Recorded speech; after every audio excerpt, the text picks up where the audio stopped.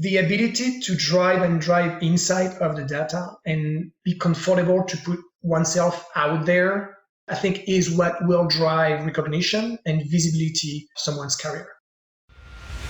Coffee's for closers only. So we've established my proposal is sound in principle. Now we're just haggling over price. Let's see how much we're going for on eBay.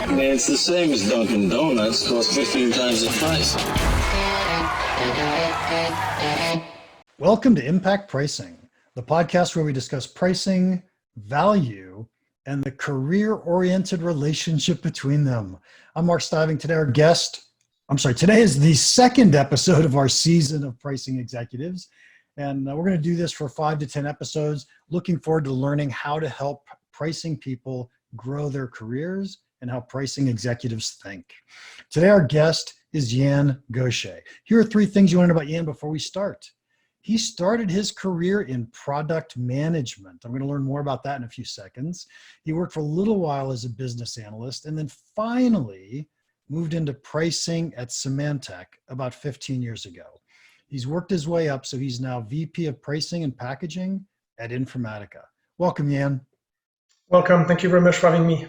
Okay, so always ask, how did you get into pricing in the first place?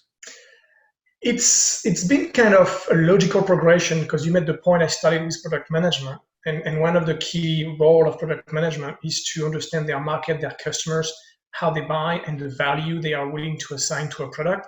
So pricing and figuring out what level of pricing to apply to a specific product was part of the job.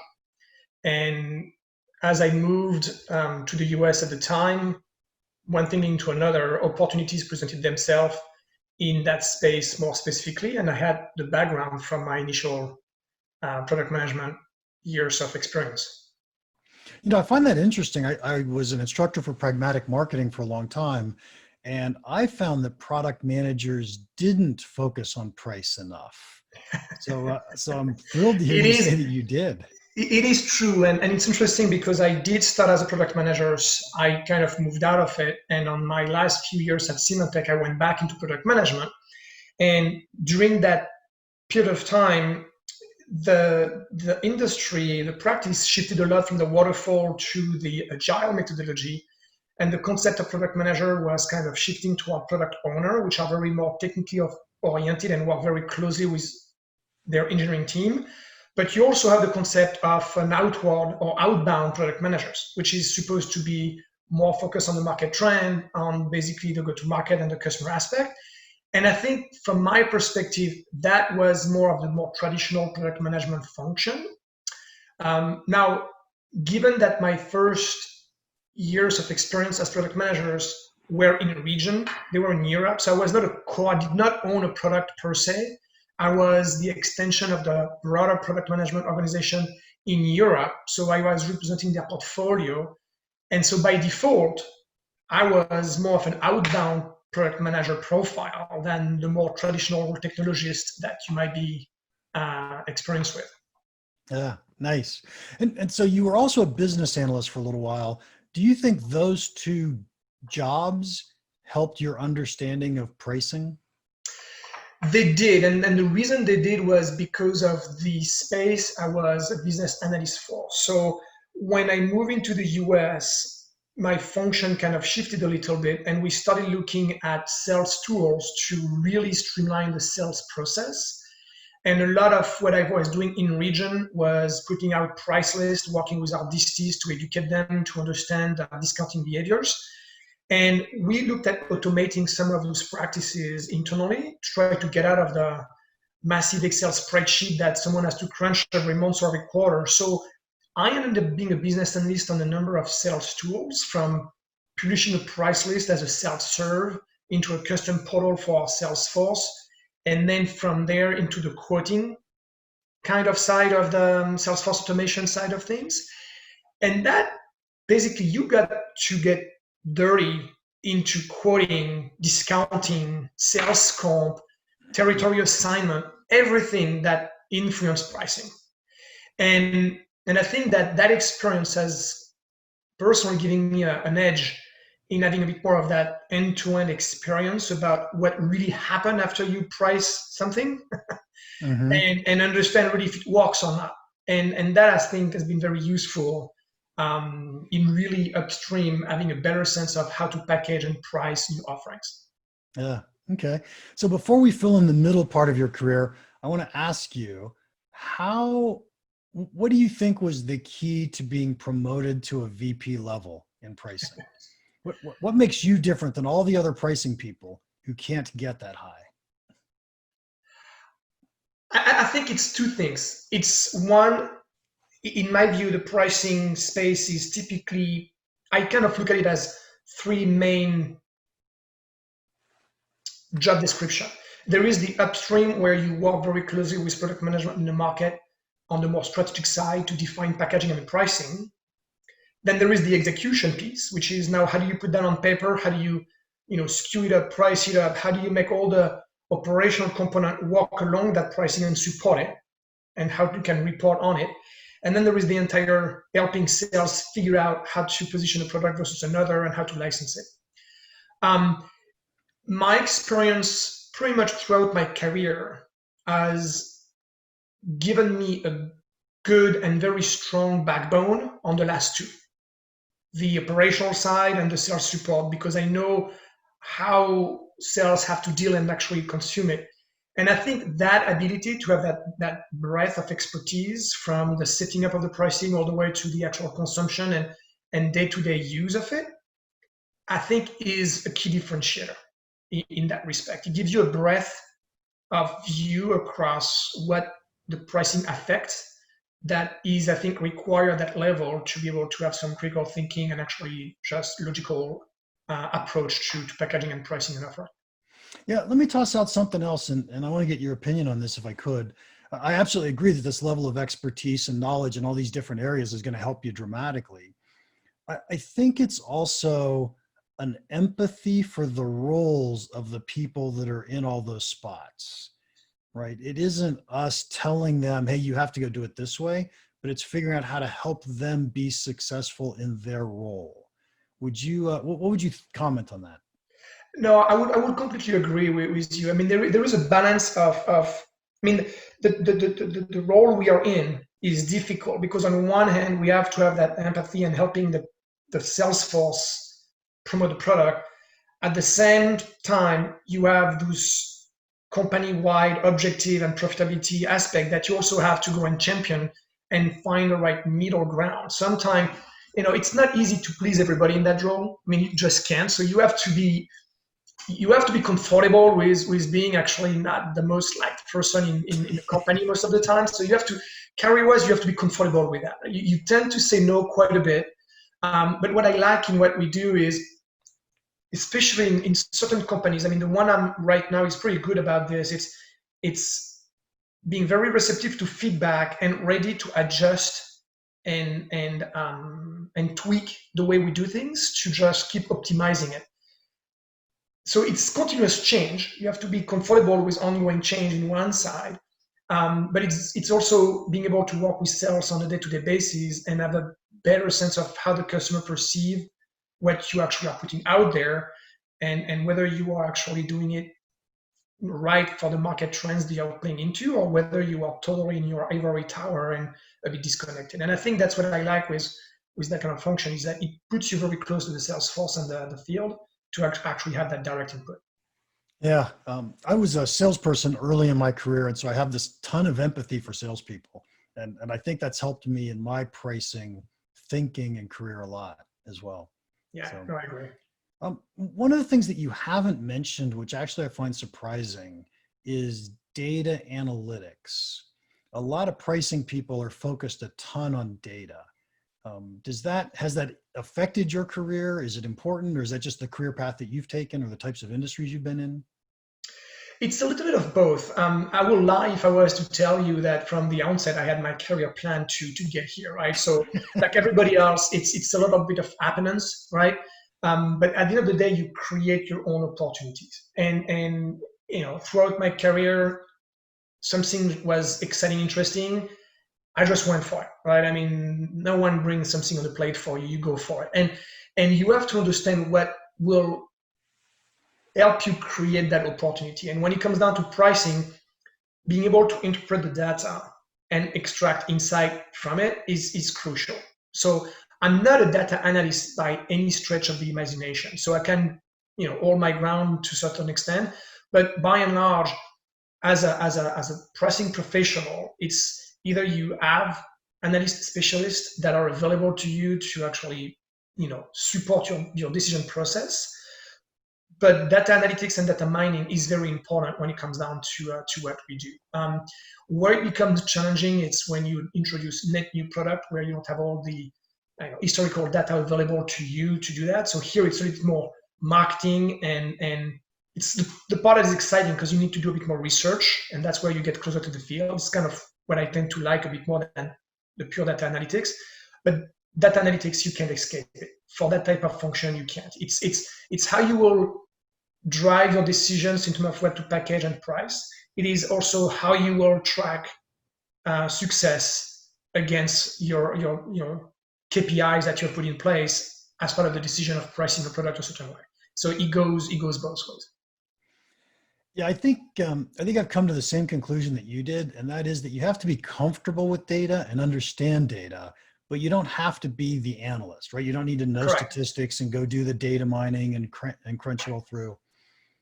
So I think that makes a ton of sense. It is true, and I think you made a very valid point. The understanding of the data is very key because it will be always a function of how a given organization is structured and how they record their transaction, how they record in their system.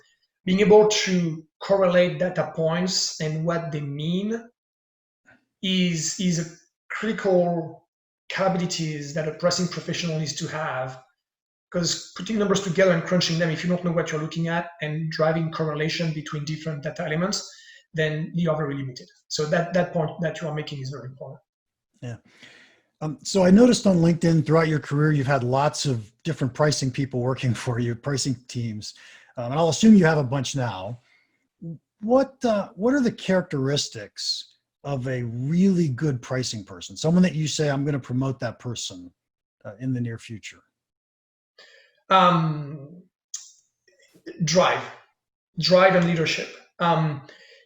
In that space, people will rarely come to you and tell you what to do and what they want. You have to be able to be proactive about what to look for and what needs attention, and be able to make the case and especially communicate complex concept simply. What I see too often, and that's really where I think from a career perspective, someone has to be able to make the jump, right?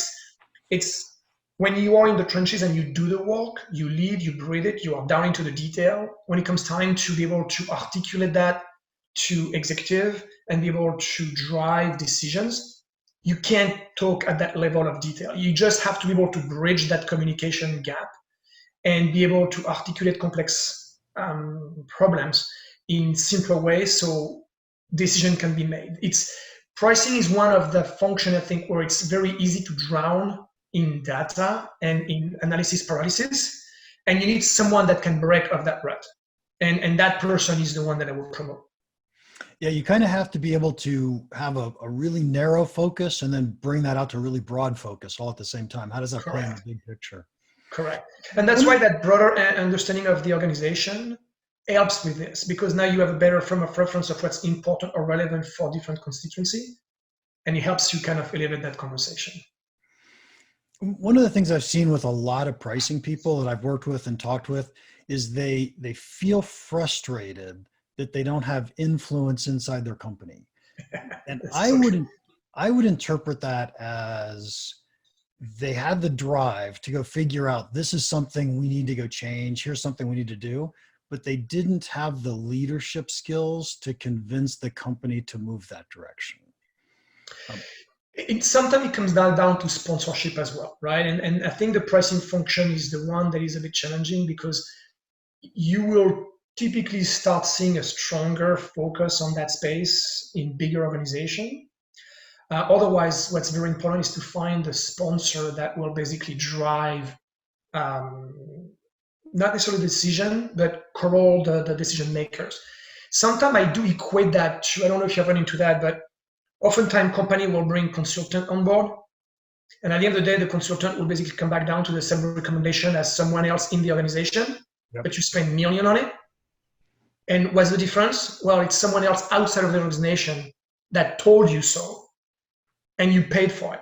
I kind of equate finding the right sponsor to the same domain, right?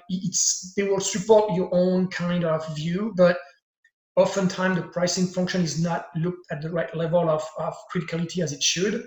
But the sponsor that has maybe a GM or someone that is directly affected by the recommendation would have higher level of credibility or relationship.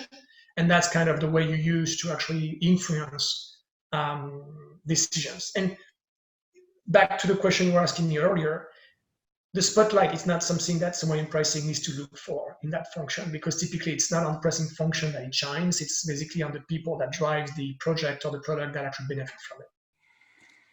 Yeah, I think pricing people have a ton of ability to move the needle in profitability, but we rarely get the glory. Correct. You're spot on. Yes, absolutely. That's okay, right? That's absolutely okay. When you think of how much power there is here. So how did you learn what you know? Did you have mentors?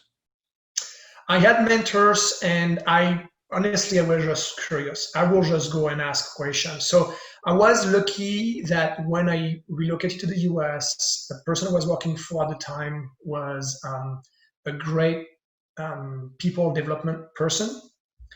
So that helped a lot.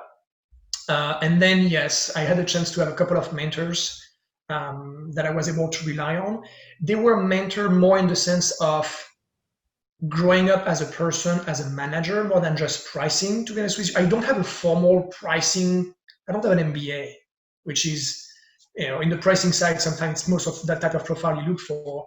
But it is by learning by association with other people that I was just exposed, and just by trying it out, right? I would have people that actually are good at doing some of that pricing, and I will just insert myself in this project, and maybe I didn't know much about it, but people just don't look like it, but they welcome assistance and help in some of those pretty meaty projects, and you learn a lot by actually doing that and volunteering for those exercises. Yeah. That's I just got very helpful. I have to share with you and our listeners, last week's episode, our VP of pricing didn't even have a bachelor's degree. So see? It's perfect. Can you do it, right? You do it. Again, it's about creating your own opportunity and actually putting yourself out there and just learning from it. Yeah, absolutely. So one of the things you said was your mentors taught you more about management. And I got to say, I think that was so true in my life too. Yeah. I could learn the pricing stuff. Give me a book, right? Here we go. But learning how to deal with people was so hard for me. Yes, and it still is for me in some way. So that sponsorship comments I made a bit earlier, I had the chance to have a couple of managers that actually were guiding me in that respect, because it's not intuitive, right? It's just, why would I want to someone else give all that hard work to someone else for them to get the glory and actually push the project for me? Well, at the end of the day, it's all about influence, and there is a great book around influence where you focus on what you can influence first, and you get good at it, and then you can expand from there. I would highly recommend that read for a lot of folks. And it's really what it is about. Our role is really around influencing, identifying trend, identifying patterns that are relevant for certain people so they can make decisions out of it, and as a snowball effect, improve profitability or top line revenue or margins. And we are very much enabler in that sense. And yes, if you have the chance to have someone that can coach you in navigating the people side of the job, and sometimes the dynamic of a company as well, is very important. It was funny, when I was in sales 100 years ago, I would listen to tapes, and I remember Zig Ziglar tapes saying, you can have anything you want as long as you help enough other people get what they want. Mm-hmm. And what's fascinating about this world of pricing is, in a lot of ways, it's exactly that. But it isn't us selling our outside customers. It's us selling internally. And Correct. Can we help enough other people in our company be successful at their role? And once we do that, oh my gosh, we become invaluable to the company. And they come to you and they seek your assistance. Yeah. Mhm. This is absolutely fascinating. So who else? You of course are the VP of pricing, which means you get to set all prices. Is that right? So yes, I work upstream with product management. We also have a strategic organization that work a lot more on the 3-4 year planning. So we work very closely with each other to make sure that whatever we put to the market is consistent with the strategy we want to go to, and they also provide us with a lot of the analytical power and the know-how in some of the market. So we do that. A lot of my time in the current role is also spent a lot on the making sure that all the pieces come together and work. So when an order is placed, that pricing flows to the right system and the right financial group recognize it properly. And there is such a big aspect of pricing that is about making sure that once you come up with a new way of packaging and pricing and offering, that everybody in the organization can support it. And sometimes we just forget that. We just put something out there and we just think it will just work, and then finance doesn't know what to do with it, and then fulfillment or shipping doesn't know what to do with it. And so you still have that aspect that needs to be taken into account as well, and they do affect your cost most of the time. And cost in these days and age of cloud are a critical factor to actually understand. So when you price it correctly because you understand what it costs to deliver it. So it's a very kind of circle that you just have to keep going around. So I have to tell you, Yann, when I asked that question, it was a little tongue in cheek, and so I want to ask it more directly because I want to understand a little bit.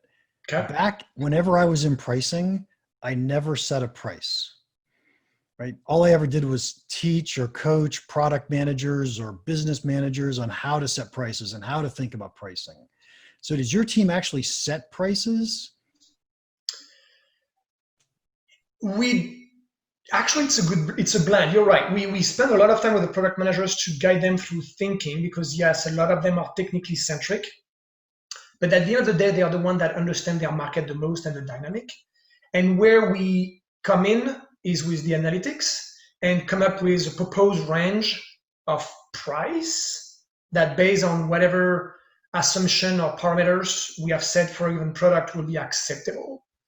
And then they approve. So do we set the price? Well, we are not the one that putting the rubber stamp on it. To your point you're making earlier, we're the one going with all the number crunching with the final number and say, we think that's the one you should put in there.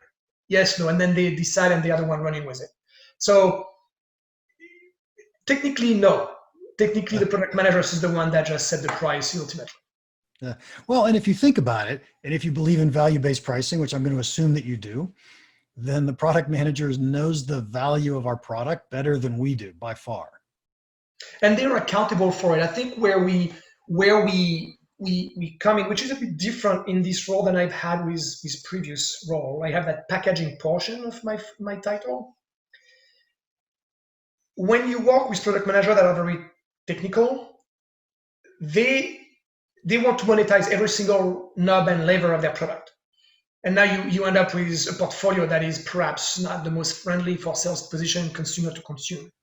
And part of our role, part of my role, is to say, do you really think that little thing should be packaged on its own price, or should it be part of a bigger offering? And it's really probing them to say, will you be able to stand behind it and drive a specific forecast on that thing alone? How do you figure it out? So that is a bit unique, I think, in the role I am in today that I was in the past. So pricing stays with them. The packaging, we do have a decent influence on it. Yeah, I could see that. And nowadays, you see packaging put in the product marketing groups a lot, but it still is so tightly related to pricing and how do we charge for things. So fascinating. Yeah, and this has just been a fabulous conversation. Can I ask the one question I always end with? I just want to ask, what's one piece of pricing advice that you would give our listeners that you think could have a big impact on their business? On their business or on their career? Oh, let's do the career. That's even better. Okay. And I think from a career perspective, I think, again, the ability to drive insight of the data and be comfortable to put oneself out there and expose, yourself in terms of coming up with recommendation, I think, is what will drive recognition and visibility and help someone's career. I think that's what I've found is important, because there is very few of us in the pricing space, and people are just looking for them. So if you put yourself out there and you are comfortable taking some chances, that's what works. That's a perfect answer. Thank you so much. And thanks for your time today. If anybody wants to contact you, how can they do that? Well, my profile on LinkedIn is the best way. They can always send me messages there. I typically respond pretty quickly, so I will welcome anyone asking me to connect or to have some questions. Excellent. Thank you, Yann. Episode 82 is all done. Would you do us a huge favor and leave us a review? I promised that I was going to start reading reviews, and so Grayson IP wrote a review on iTunes titled "Thoughtful Discussion, but Too Brief." He says, "Great guest with meaningful pricing insights. The episodes are a bit too short to deep dive, feels too short and time constrained. This type of meaningful discussion would benefit from more detailed interviews. Appreciate the conversations, though. The interviewer is seasoned and smart." Oh, and he still gave us 5 stars. So thank you, Grayson. I appreciate that. So maybe we'll do a longer form interview one day. If you want a longer form interview, send me an email that says, here's the guest that you had in the past that I'd really like to know more from, and I'll see what I could do. Also, don't forget to join our free community at championsofvalue.com. That's where I post all of my free content. You'll be able to see my memes, my blogs, my videos, my podcasts. Everything is up there. If you have any questions or comments about the podcast or about pricing in general, feel free to email me, mark@impactpricing.com. Now, go make an impact.